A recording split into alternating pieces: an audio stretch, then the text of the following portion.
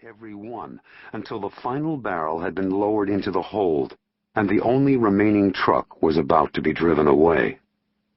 Turning silently, he hid the camera inside his jacket and crab-walked away from the brilliant lights until he was wrapped again in darkness.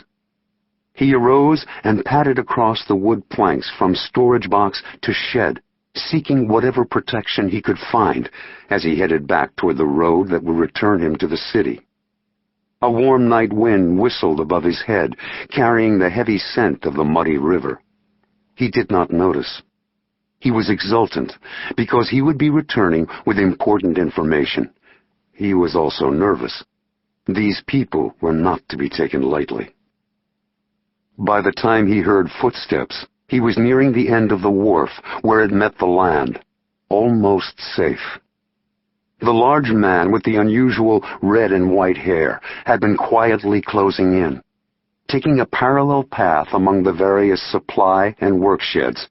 Calm and deliberate, he saw his target tense, pause, and suddenly hurry. The man glanced quickly around. To his left was the lost part of the dock where storage and seagulls found their haven, while on the right was a pathway kept open for trucks and other vehicles to go back and forth to the loading areas. The last truck was behind him, heading this way, toward land. Its headlights were funnels in the night. It would pass soon. As his prey darted behind a tall pile of ropes on the far left, the man pulled out his garrote and sprinted.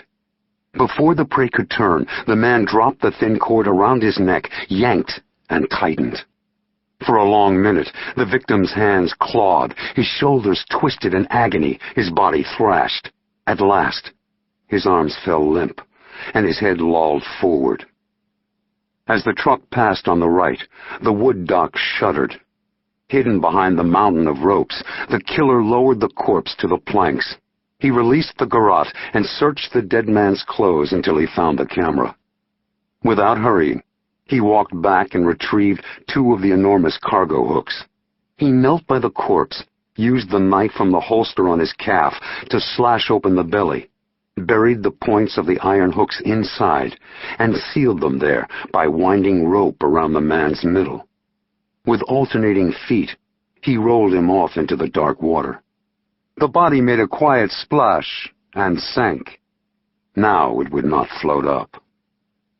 He walked toward the last truck, which had paused as ordered, waiting, and climbed aboard. As the truck sped away toward the city, the Dowager Empress hauled up her gangway and let go her lines. A tug towed her out into the Huangpu, where she turned down river for the short journey to the Yangtze and finally the open sea. Tuesday, September 12th, Washington, D.C. There was a saying in Washington that lawyers ran the government, but spies ran the lawyers. The city was cobwebbed with intelligence agencies, everything from the legendary CIA and FBI, and the little-known NRO, to alphabet groups in all branches of the military and government, even in the illustrious departments of state and justice. Too many, in the opinion of President Samuel Adams Castilla, and too public. Rivalries were notoriously a problem. Sharing information that inadvertently included misinformation was a bigger problem. Then there was the dangerous sluggishness of so many bureaucracies. The president was worrying about this and a brewing international crisis as his black Lincoln town car cruised along a narrow back road on the northern bank of the Anacostia River. Its motor was a quiet hum, and its tinted windows opaque. The car rolled past tangled woods and the usual lighted marinas until it finally rattled over the rusted tracks of a rail spur, where it turned right into a busy marina that was completely fenced. The sign read, Anacostia Seagoing Yacht Club, private members only.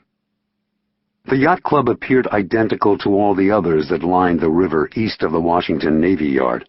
It was an hour before midnight. Only a few miles above the Anacostia's confluence with the broad Potomac, the marina moored big, open-water power cruisers and long-distance sailing boats, as well as the usual weekend pleasure craft. President Castilla gazed out his window at the piers, which jutted out into the dusky water.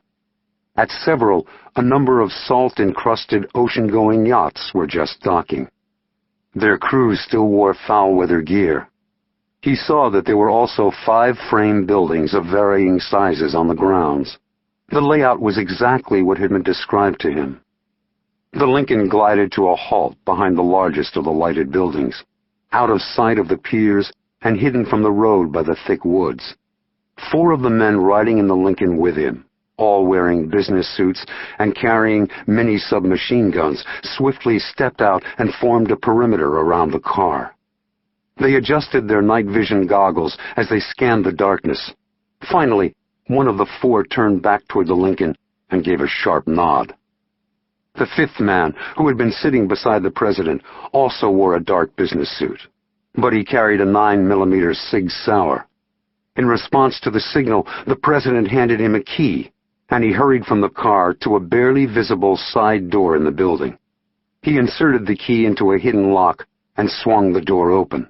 He turned and spread his feet, weapon poised. At that point, the car door that was closest to the building opened. The night air was cool and crisp, tainted with the stench of diesel. The president emerged into it, a tall, heavy-set man, wearing chino slacks and a casual sport jacket. For such a big man, he moved swiftly as he entered the building. The 5th guard gave a final glance around and followed with 2 of the 4 others. The remaining pair took stations, protecting the Lincoln and the side door. Nathaniel Frederick "Fred" Klein, the rumpled chief of Covert 1, sat behind a cluttered metal desk in his compact office inside the Marina building. This was the new Covert 1 Nerve Center. In the beginning, just 4 years ago, Covert 1 had no formal organization or bureaucracy, no real headquarters, and no official operatives.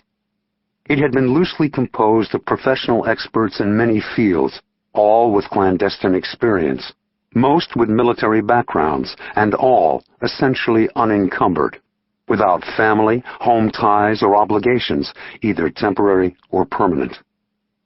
But now that 3 major international crises had stretched the resources of the elite cadre to the limits, the president had decided his ultra-secret agency needed more personnel and a permanent base far from the radar screens of Pennsylvania Avenue, the Hill, or the Pentagon.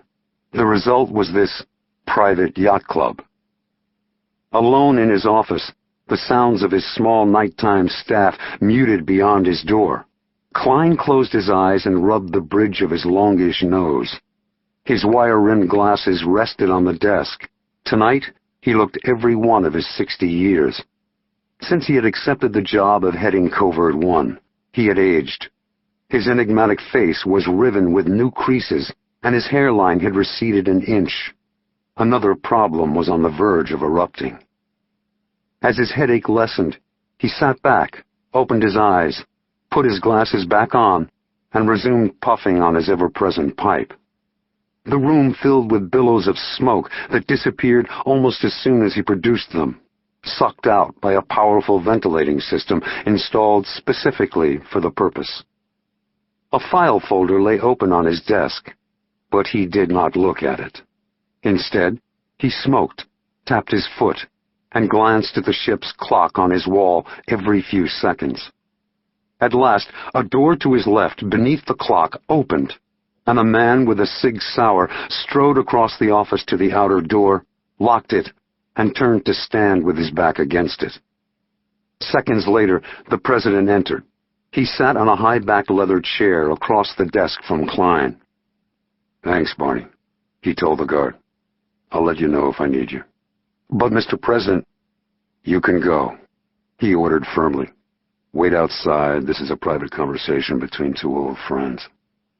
That was partly true. He and Fred Klein had known each other since college days. The guard slowly recrossed the office and left, each step radiating reluctance. As the door closed, Klein blew a stream of smoke. "I would have come to you as usual, Mr. President." "No." Sam Castilla shook his head.